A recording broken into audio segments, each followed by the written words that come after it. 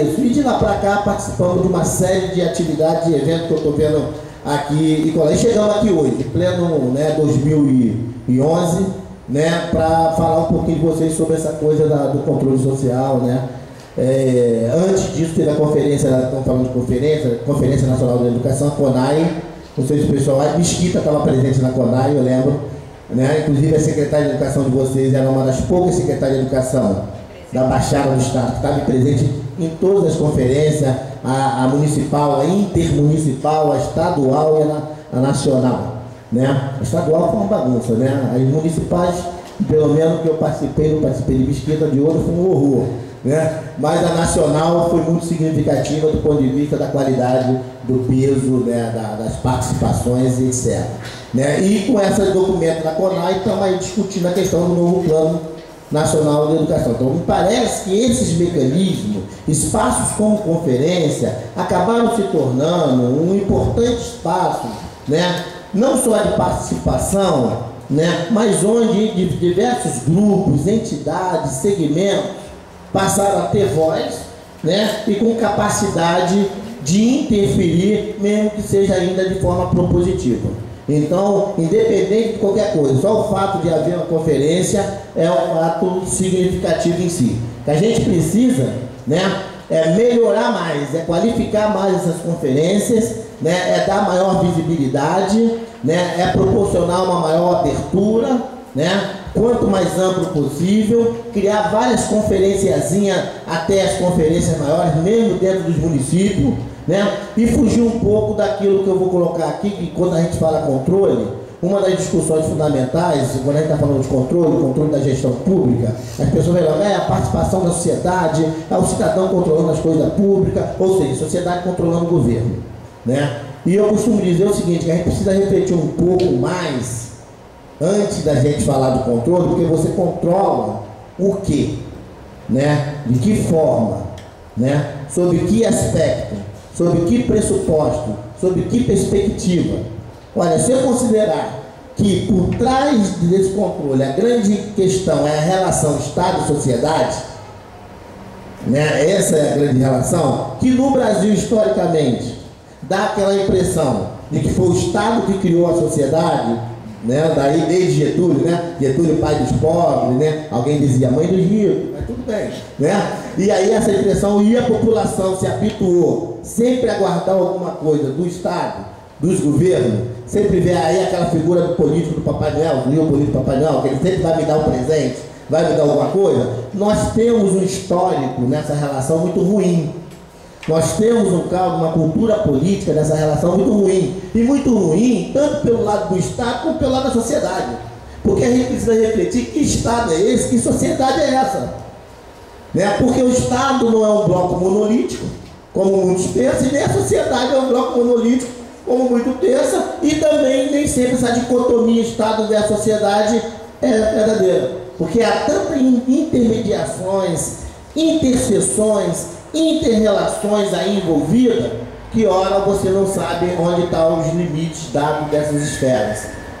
Como eu gosto muito de um intelectual italiano chamado Antônio Gramsci, que nos dá várias pistas para se pensar esses poderes, Estado e sociedade, nas sociedades contemporâneas, capitalistas, plurais, policêntricas, e etc., diversos centros de poder, o Gramsci chama a nossa atenção que, na verdade, o Estado compreende tanto a sociedade política, que é o Estado propriamente dito, quanto a sociedade civil.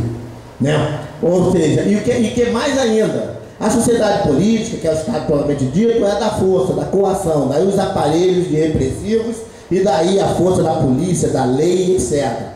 E a sociedade civil é o lugar do consenso, da persuasão, onde estão os organismos privados de hegemonia. Família, escola, igreja, etc. E o que é mais? É essa sociedade civil que dá base à sociedade política. Porque a gente pergunta, onde estão os políticos? Os família, exatamente.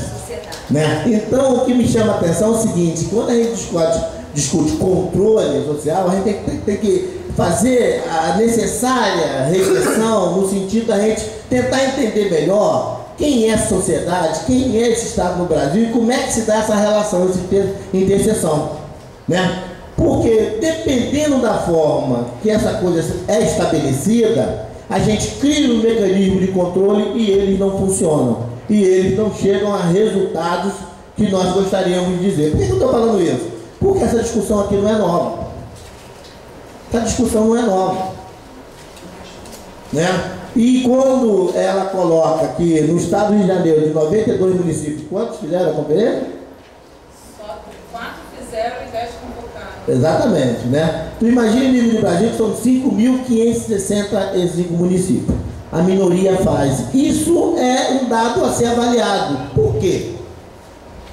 Né? Porque aí a gente vai tentar entender um pouco que estado é esse, hoje federativo, que alguns teóricos chamam de cooperativo, que eu questiono ainda esse estatuto da colaboração que está lá na Constituição, né? Estados e municípios, apesar do município ter ganhado autonomia, né, política e administrativa, essa é a grande novidade do cenário federativo brasileiro, da Constituição para cá, os municípios viraram unidade federativa, né? Deixaram de estar ali dependendo diretamente do Estado, principalmente, no caso aqui, do Estado do Rio de Janeiro, e passaram a ter autonomia. Essa autonomia passou, um indicativo importante foi inscrever a sua própria lei orgânica, que é a Constituição Municipal. O município pode ir, no campo das políticas públicas, o município pode ou não adotar aquela política pública, né, em nível estadual e nível federal. Sabe por quê? Porque ele pode criar a sua própria política pública, né? Mas nós não temos esse costume, essa prática. Nós temos uma tradição do alto para baixo e vertical. E aí, o processo de municipalização das políticas públicas ao longo dos anos 90, marcado pelo novo cenário do arcabouço institucional, né, apontado pela Constituição, da descentralização, né, e da participação social, né, tinha também um cenário internacional, onde organismos internacionais, um novo reordenamento do capitalismo internacional, através dos grandes organismos multilaterais, que passaram a orientar a ação dos países ditos dependentes, né, como o Brasil, para que esses países pudessem, então, assumir o seu lugar na divisão internacional da economia, do trabalho, etc.